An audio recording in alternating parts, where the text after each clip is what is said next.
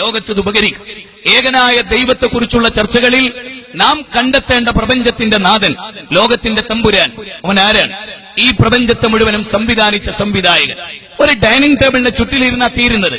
എല്ലാ വേദഗ്രന്ഥങ്ങളും ഒന്നിച്ചു പറയുന്ന മൗലികമായ ഒരു കാര്യം എന്താണ്? ആ മൗലിക കാര്യം ആകാശഭൂമികളെ സൃഷ്ടിച്ച പ്രപഞ്ചത്തിന്റെ നാഥനെ തിരിച്ചറിയുക എന്ന അടിസ്ഥാനപരമായ ഘടകമാണ്. ലോകത്തെ വേദങ്ങളെല്ലാം ഈ കാര്യം സവിസ്തരം ചർച്ച ചെയ്യുകയാണ്. നിങ്ങൾ നോക്ക്, നമ്മളൊക്കെ മനുഷ്യവാസം ഇവിടെ ഉണ്ടായിട്ട് എത്ര കാലമായി? മനുഷ്യവാസം ഇവിടെ ഉണ്ടായിട്ട് എത്ര കാലമായി? ഈ പോയിന്റ് ഒരിക്കലും മറക്കരുത്. എന്റെ പ്രഭാഷണത്തിലെ ഏറ്റവും ശ്രദ്ധേയമായ ഈ പോയിന്റ് ഒരു കാരണവശാലും നിങ്ങൾ മറക്കരുത്. മനുഷ്യവാസം ഉണ്ടാകുന്നതിന് മുമ്പ് ഇവിടെ ആകാശല്ലേ? പോയിന്റാണ്, നമ്പർ 1 പോയിന്റാണ്. ആകാശല്ലേ? ഭൂമിയില്ലേ? സൂര്യനില്ലേ? ചന്ദ്രനില്ലേ? നക്ഷത്രങ്ങളില്ലേ? ഗാലക്സികളില്ലേ? കാട്ടാറുകളില്ലേ? കാനനങ്ങളില്ലേ? ഉണ്ടല്ലോ, ഉണ്ടല്ലോ. ഒരാളെ എഴുന്നേറ്റെന്ന് പറയാണ്, ഹിന്ദുമതത്തെ പ്രതികരിച്ചുകൊണ്ട് ഒരാൾ പറയാണ്, ഭാസ്കരേട്ടൻ പറയാണ് ശ്രീരാമനാണ് ലോകത്തിന്റെ സൃഷ്ടാവ്. ഒരിക്കലും പറയില്ല, ഭാസ്കരേട്ടൻ പറയില്ല. അങ്ങനെ പറഞ്ഞു എന്ന് സങ്കല്പിച്ചു, വിഷയം പഠിപ്പിക്കാൻ വേണ്ടി പറയാണ്. അങ്ങനെ പറഞ്ഞു എന്ന് സങ്കല്പിച്ചോ. ഒരാളെ എഴുന്നേറ്റ് ചോദിച്ചു, അല്ല ദശരഥ മഹാരാജാവിന്റെ പുത്രനായിട്ടാണല്ലോ ശ്രീരാമൻ ജനിക്കുന്നത്. അതിനു മുമ്പും കാനനമുണ്ടല്ലോ, കാട്ടാറുണ്ടല്ലോ, സൂര്യനുണ്ടല്ലോ, ചന്ദ്രനുണ്ടല്ലോ, നക്ഷത്രങ്ങളുണ്ടല്ലോ, ഗാലക്സികളുണ്ടല്ലോ. ആരെ അതിനെ ഉണ്ടാക്കിയത്? മുഹമ്മദ് നബി ജനിക്കുന്നതിന് മുമ്പ് ആകാശമില്ലേ? ഭൂമിയില്ലേ? സൂര്യനില്ലേ? ചന്ദ്രനില്ലേ? നക്ഷത്രങ്ങളില്ലേ? ഉണ്ട്. ദേവാലയങ്ങളില്ലാത്ത കാലം, ഭഗവതി ക്ഷേത്രങ്ങളില്ലാത്ത കാലം, പള്ളികളില്ലാത്ത കാലം, ഹറമില്ലാത്ത കാലം, കാബ ഇല്ലാത്ത കാലം, അല്ലെ, സിനഗോഗുകളില്ലാത്ത കാലം, ചർച്ചുകളില്ലാത്ത കാലം. എന്റെ പ്രിയപ്പെട്ടവരെ, ആകാശഭൂമികളെ ആര് സംവിധാനിച്ചു? അത് വളരെ ഗൗരവമായി മനസ്സിലാക്കേണ്ടതാണ്.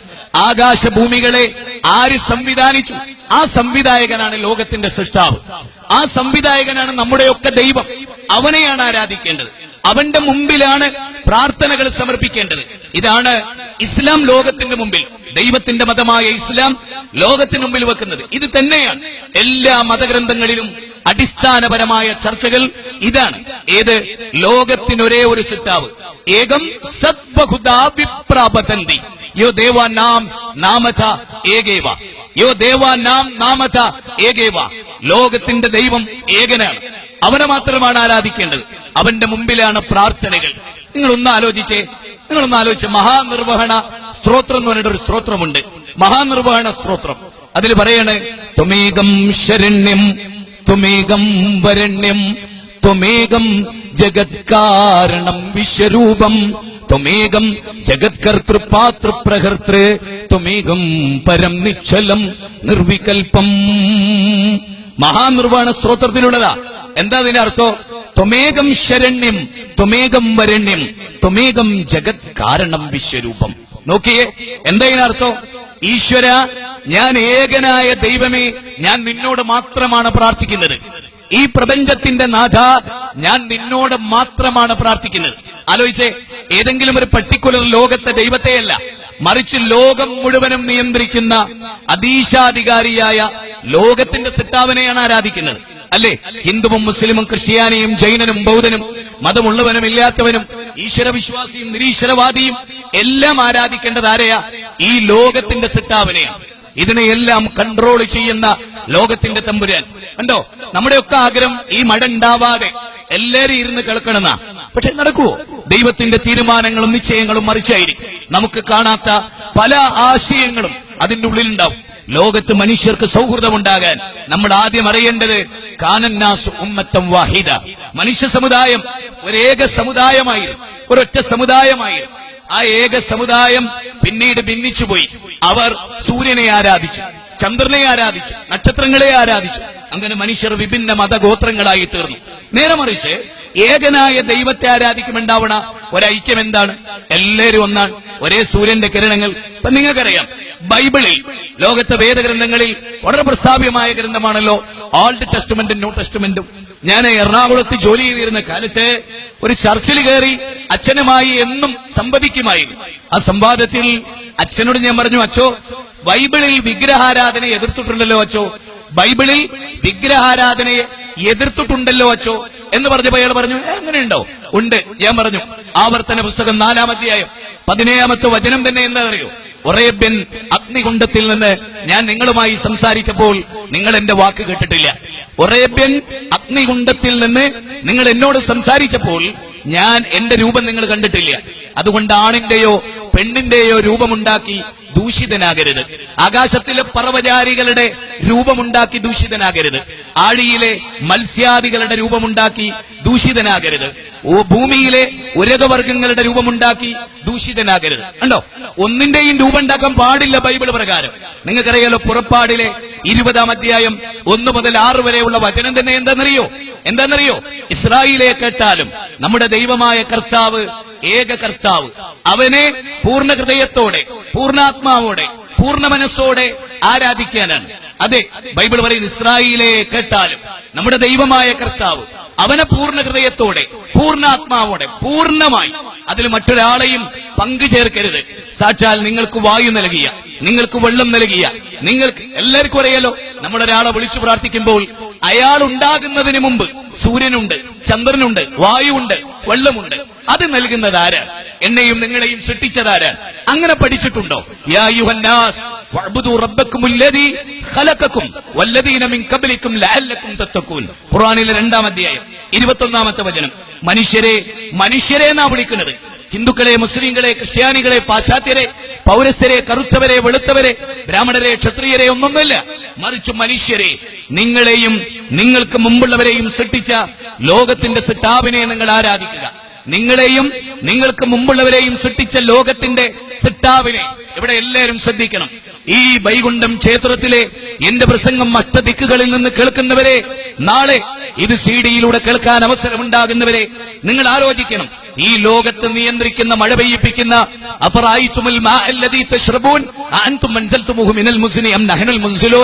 നിങ്ങൾ കുടിക്കുന്ന വെള്ളം അത് നിങ്ങൾക്ക് ആര് തന്നു? ഉറപ്പാണ്, ലോകത്തിന്റെ തമ്പുരാൻ. ഹിന്ദുവും മുസ്ലിമും ക്രിസ്ത്യാനിയും ഒന്നിച്ചു പറയുന്നു, ലോകത്തിന്റെ തമ്പുരാൻ. ആരാ സൂര്യന്റെ കിരണങ്ങൾ വന്നത്? ലോകത്തിന്റെ തമ്പുരാൻ. എങ്കിൽ ആ ലോകത്തിന്റെ തമ്പുരാനെ മാത്രമായി ആരാധിക്കാൻ, ത്വമേകം ജഗത് കാരണം വിശ്വരൂപം, ഈ മഹാജഗത്തിനെ സംവിധാനിച്ച ലോകത്തിന്റെ തമ്പുരാൻ റാംസസ് 2-ാമന്റെ കൊട്ടാരത്തിൽ, നിങ്ങൾക്കറിയാലോ 10 കമൻമെന്റ്സ്, 10 കൽപ്പനകൾ. കലീമുല്ലാഹി മൂസ, മോസസ് പ്രവാചകൻ. ആ പ്രവാചകനോട് റാംസസ് 2-ാമൻ ചോദിച്ചു, അല്ല, നീ ഒരു ദൈവത്തെ പറ്റി പറയുന്നുണ്ടല്ലോ, ആരാ ദൈവം? മോസസ് പ്രവാചകൻ പറയാണ്, റബ്ബുസ് സമാവാതി വൽ അർദ് വമാ ബൈനഹുമാ ഇൻ കുൻതും മുഖിനീൻ. ആകാശഭൂമികളെ സൃഷ്ടിക്കുകയും അതിലുള്ളതിനെ മുഴുവനും സംവിധാനിക്കുകയും ചെയ്തവൻ, പടച്ചവൻ. കണ്ടോ, മനുഷ്യരില്ലാത്ത മുമ്പ്. അതാണെങ്കിലല്ലേ പ്രശ്നമുള്ളൂ. മനുഷ്യരിൽ ക്ഷേത്രവും പള്ളിയും ആരാധനാലയങ്ങളും ഒന്നില്ലാത്ത കാലത്ത് ലോകത്തെ സൃഷ്ടിച്ചവനാണ് ദൈവം എന്നാണ് ഇസ്ലാം ലോകത്തിന് മുമ്പിൽ പഠിപ്പിക്കുന്നത്, വേദങ്ങൾ ലോകത്തിന് മുമ്പിൽ പഠിപ്പിക്കുന്നത്. ഒരു കാര്യം, ഋഗ്വേദം 10-ാം മണ്ഡലം 121-ാമത്തെ സൂക്തം 1-ാമത്തെ ഋക്ക്, അത് പഠിപ്പിക്കുന്നത് എന്താണ്? ഹിരണ്യഗർഭഃ സമവർത്തദാഗ്രേ ഭൂതസ്യ ജാതപതിരേക ആസീത് സദാധാര പൃഥ്വിയൂം ദ്യാമു ദേവായ കശ്മൈ ദേവായ ഹവിഷാവിദേ മാം. ഈ ആകാശവും ഭൂമിയും ഒക്കെ സൃഷ്ടിച്ചതാരാ? 13.5 ലക്ഷം ഭൂമി ഒതുക്കി വെക്കാൻ വ്യാപ്തിയുണ്ട് സൂര്യന്. എത്ര? 13.5 ലക്ഷം ഭൂമി ഒതുക്കി വെക്കാനുള്ള വ്യാപ്തി എന്തിനുണ്ട്? സൂര്യനുണ്ട്. ആ സൂര്യന്റെ 10 ഇരട്ടി വലിപ്പമുള്ള സൂര്യൻ, 10,000 കോടി നക്ഷത്രം. അപ്പം മനുഷ്യന് സങ്കല്പിക്കാനാവാത്ത ഈ ആകാശത്തെ നിയന്ത്രിക്കുന്ന സാക്ഷാൽ പടച്ച തമ്പുരാൻ. അപ്പൊ നിങ്ങൾ ആലോചിച്ചേ, ഞാനൊരു കാർ ഓടിക്കുമ്പോ സൈലന്റ് അറ്റാക്ക് വന്നാൽ സ്വാഭാവികമായിട്ട് ആ കാർ എന്ത് ചെയ്യും? ഡൗൺ ആവും. ആ കാർ നിൽക്കും, ഒരു ഭിത്തിയിൽ ചെന്നടിക്കും, അല്ലെങ്കിൽ ഒരു കൊക്കയിൽ ചെന്ന് പറയും. എല്ലാവർക്കും അറിയാം. ഇപ്പൊ സായിബാബ ബഹുമാന പുരസ്സരം, അദ്ദേഹം മരിച്ചു. എന്തെങ്കിലും ലോകത്തിന്റെ ഒരു നിയന്ത്രണം ഇല്ലാതായോ? അതായത് സൂര്യൻ നിശ്ചലമായോ? ചന്ദ്രന്റെ നിലാവലകൾ ഇല്ലാതായോ? രാവും പകലും മാറി മാറി വരുന്നത് ഇല്ലാതായോ? ഇല്ല. എന്ത് മനസ്സിലായി? അദ്ദേഹത്തിന്റെ കൺട്രോളിലായിരുന്നില്ല ഇതൊന്നും. മുഹമ്മദ് നബി നോക്കൂ, ലോകത്തിന്റെ പ്രവാചകൻ. ആ പ്രവാചകൻ മരിച്ചു. അപ്പൊ അബൂബക്കർ സിദ്ദീഖ് റളിയല്ലാഹു അൻഹു പറയാൻ ആ നാട്ടുകാരോട്, ജനങ്ങളോട്, പ്രവാചകന്റെ അനുയായികളോട്, നിങ്ങൾ ആരെങ്കിലും മുഹമ്മദിനെയാണ് ആരാധിക്കുന്നതെങ്കിൽ അത് മാത്ത, അദ്ദേഹം മരിച്ചു, ആരാധിക്കാൻ പറ്റില്ല. അല്ല, നിങ്ങൾ ദൈവത്തെയാണ് ആരാധിക്കുന്നതെങ്കിൽ അവൻ എന്നെന്നും ജീവിച്ചിരിക്കുന്നവനാണ്, എല്ലാം അറിയുന്നവനാണ്, എല്ലാം നിയന്ത്രിക്കുന്നവനാണ്. ശരി, എല്ലാം നിയന്ത്രിക്കുന്ന, എല്ലാം അറിയുന്ന. നിങ്ങൾ നോക്കിയേ, കേനോപനിഷത്തിൽ പറയാൻ യക്ഷുഷാന പശ്യതി യേന ചക്ഷുംഷി പശ്യതി തദേവ ബ്രഹ്മത്വം വിദ്ധി നേതം യതിതമുപാസതേ യശ്രോത്രേണ ന ശൃണോതി ശ്രോത്രമിതം ശ്രുതം തദേവ ബ്രഹ്മത്വം വിദ്ധി നേതം യതിതമുപാസതേ. മനുഷ്യരെ, നിങ്ങൾ കണ്ണുകൊണ്ട് കണ്ട് ആരാധിക്കുന്ന ഒന്നും ദൈവമല്ല. നിങ്ങൾ ഈ കണ്ടിട്ട് ആരാധിക്കുന്നത് ഒന്നും ദൈവമല്ല. സാക്ഷാൽ ദൈവം ഈ മഹാപ്രപഞ്ചത്തിന്റെ നാഥനാണ്. കണ്ടോ, ഈ മഹാപ്രപഞ്ചത്തിന്റെ നാഥൻ, ഈ മഴ ചൊരിഞ്ഞു തരുന്ന, നമ്മെ നിയന്ത്രിക്കുന്ന, നമ്മുടെ ഹാർട്ടിനെ കൺട്രോൾ ചെയ്യുന്ന, നമ്മുടെ ശരീരത്തെ നിയന്ത്രിക്കുന്ന ലോകത്തിന്റെ തമ്പുരാൻ. ഖലഖസ്സമാവാതി ബിഗൈരി അമദിൻ തറൗനഹാ വഅൽഖാ ഫിൽ അർളി റവാസിയ അൻ തമീദ ബികും വബസ്സ ഫീഹാ മിൻ കുല്ലി ദാബത്തിൻ വഅൻസൽനാ മിനസ് സമാഇ മാഅ ഫഅംബത്നാ ഫീഹാ മിൻ കുല്ലി സൗജിൻ കരീം. ആകാശം തൂണുകളില്ലാതെ, നിങ്ങളുടെ കണ്ണുകൊണ്ട് കാണാനാവാത്ത തൂണുകളാൽ ആകാശത്തെ നാട്ടി നിർത്തിയവൻ. അപ്പൊ ആകാശത്തെ സംവിധാനിച്ചവൻ ദൈവം. ഭൂമി നിങ്ങളെയും കൊണ്ട് ഇളകാതിരിക്കാൻ പർവ്വതങ്ങളെ ആണികളാക്കിയവൻ. കണ്ടോ, നിങ്ങൾക്ക് മഴ ചൊരിഞ്ഞു തരുന്നവൻ, അതുവഴി ചെടികൾ മുളപ്പിക്കുന്നവൻ, അവനാകുന്നു നിങ്ങളുടെ ദൈവം. നോക്ക്, നമ്മുടെ ദൈവത്തിന്റെ യോഗ്യത എന്താണ്? ചെടി മുളപ്പിക്കുന്നവൻ, ഭക്ഷണം നൽകുന്നവൻ, വായു നിയന്ത്രിക്കുന്നവൻ, ലോകത്തെ കൺട്രോൾ ചെയ്യുന്നവൻ. അങ്ങനെയുള്ള ഒരു സിട്ടാവിനെ ആരാധിക്കാനാണ് ഒടുവിലത്തെ മതം ഇസ്ലാം. ലോകത്ത് ദൈവം ഏതൊരു സൂര്യൻ പടച്ചവന്റേതാണോ, ഏതൊരു ചന്ദ്രൻ പടച്ചവന്റേതാണോ, ഏതൊരു ഭൂമി പടച്ചവന്റേതാണോ, അതേ പടച്ചോനാണ് ഇസ്ലാമിനെയും അവതരിപ്പിച്ചത്. ആ പദത്തിന്റെ അർത്ഥം സമാധാനം എന്നാണ്, ശാന്തി എന്നാണ്. എന്നാൽ നേരത്തെ സൂചിപ്പിക്കപ്പെട്ട പോലെ ഒരു ന്യൂനപക്ഷത്തിന്റെ പിടിപ്പുകേട് കൊണ്ട് മതം തെറ്റിദ്ധരിപ്പിക്കപ്പെട്ടിട്ടുണ്ട്. ഷുവർ, ഞാൻ അംഗീകരിക്കുന്നു. അതുകൊണ്ട് നമ്മളെല്ലാവരും അറിയുക, കല്ലും മുള്ളും മുരടും മൂർഖൻ പാമ്പും കാഞ്ഞിരക്കുറ്റിയും ആൽത്തറകളും മക്ബറകളും ജാറങ്ങളും പുണ്യപുഷ്പങ്ങളും മണ്ഡപങ്ങളും ശ്രീകോവിലുകളും ആൽത്താരകളും തുളസിച്ചെടി മുതൽ ആൽത്തറ വരെ, എലി മുതൽ അങ്ങ് പശു വരെ, അതുപോലെ തന്നെ പശു മുതൽ അങ്ങ് അമ്പിയാക്കൾ വരെ ലോകത്ത് പ്രവാചകന്മാരെയോ ദേവീദേവന്മാരെയോ ആരാധിച്ചുകൂടാ എന്നാണ് വേദം പഠിപ്പിച്ചത്. മറിച്ച് അവരെയൊക്കെ സൃഷ്ടിച്ച സാക്ഷാൽ ഈശ്വരനെ. കെ പരമേശ്വരൻ പിള്ള ഹിന്ദുധർമ്മ പരിചയം എന്ന് പറഞ്ഞൊരു പുസ്തകമുണ്ട്. ശ്രീരാമകൃഷ്ണ മഠം പുറനാട്ടുകര തൃശൂർ പ്രസിദ്ധീകരിച്ച ഒരു പുസ്തകമാണ്. ആ പുസ്തകത്തിന്റെ ഒന്നോ പലതോ എന്നൊരു ചാപ്റ്റർ ഉണ്ട്, 21-ാമത്തെ അധ്യായം. അതിലെ 148-ാമത്തെ പേജിൽ 3-ാമത്തെ പാരഗ്രാഫിൽ 1-2 വരികളിൽ കെ പരമേശ്വരൻ പിള്ള പറയാൻ, ഒരു ദേവിക്കും ഒരു ദേവനും സ്വന്തമായി കഴിവില്ല. ഒരു പുൽക്കൊടി നീക്കണമെങ്കിൽ പോലും സാക്ഷാൽ പടച്ചതമ്പുരാൻ കഴിവ് നൽകണമെന്ന്. ഇതാണ് നമുക്ക് ലോകത്തോട് പറയാം. സാക്ഷാൽ കഴിവ് നൽകുന്നത് അള്ളയാണ്. ആ അള്ളാഹുവിനോടാണ് ചോദിക്കേണ്ടത്. അള്ള എന്ന് പറഞ്ഞാൽ അറബി ബൈബിളിൽ ലോകത്തിന്റെ സിട്ടാവ് അള്ളയാണ്.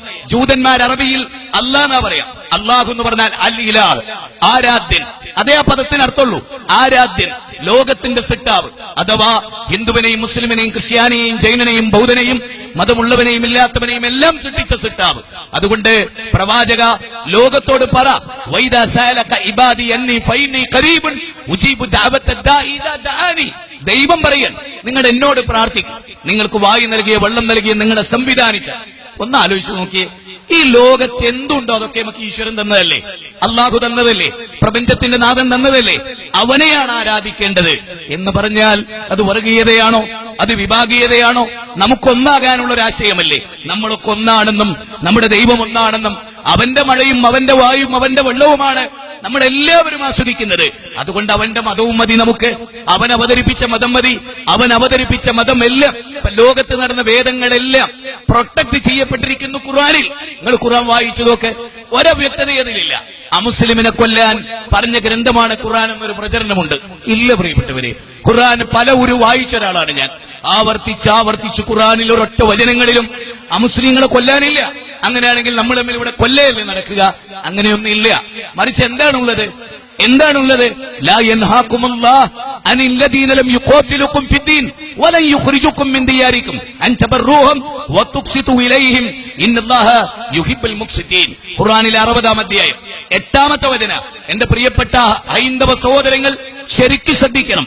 ദൈവം നിങ്ങൾക്ക് നിരോധിച്ചിട്ടില്ല അമുസ്ലിങ്ങളുമായി മൈത്രി ബന്ധം പുലർത്തണമെന്നാണ് ഖുർആൻ നിങ്ങളോട് പറയുന്നത്.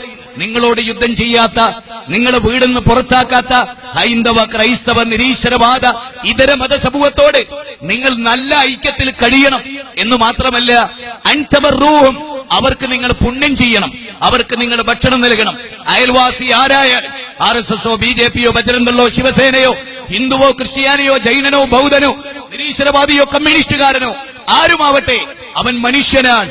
യാ അയ്യുഹന്നാസ്, ഖുർആനിലെ 2-ാം അധ്യായം 21-ാമത്തെ വചനം, ഖുർആനിലെ 4-ാം അധ്യായം 1-ാമത്തെ വചനം, ഖുർആനിലെ 49-ാം അധ്യായം 13-ാമത്തെ വചനം, ഖുർആനിലെ 82-ാം അധ്യായം 6-ാമത്തെ വചനം, ഖുർആനിലെ 84-ാം അധ്യായം 5-6 വചനങ്ങൾ, ഖുർആനിലെ 85-ാം അധ്യായം 5, 6, 7 വചനങ്ങൾ. അതിൽ വിളിക്കുന്നത് യാ യുഹന്നാസ്, അല്ലയോ മനുഷ്യരെ. സർവരാജ്യ തൊഴിലാളികളെ എന്നല്ല, സർവരാജ്യ ഹിന്ദുക്കളെ എന്നല്ല, സർവലോക മുസ്ലിങ്ങളെ എന്നല്ല, സർവലോകത്തിലെയും മനുഷ്യരെ, നിങ്ങൾ ദൈവത്തിന്റെ അടിമകൾ, നിങ്ങളുടെ ദൈവം ഏകൻ. പറയൂ, എന്റെ പ്രസംഗം കേൾക്കുന്ന ഈ ക്ഷേത്രത്തിലെ, വൈകുണ്ഠം ക്ഷേത്രത്തിലെ പ്രിയപ്പെട്ട സഹോദരങ്ങളെ, നിങ്ങൾ പറ, ഈ വിശ്വാസം മാനവർക്ക് സ്വീകരിച്ചാൽ എന്താണ് കുഴപ്പം? എല്ലാവരുടെയും ഈശ്വരനൊന്ന്, എല്ലാവരുടെയും മതമൊന്ന്, എല്ലാവരുടെയും ചിന്തയൊന്ന്, എല്ലാവരും സഹോദരന്മാർ. അതേ, ഈ ഐക്യ സന്ദേശമാണ് ലോകത്ത് മനുഷ്യരെ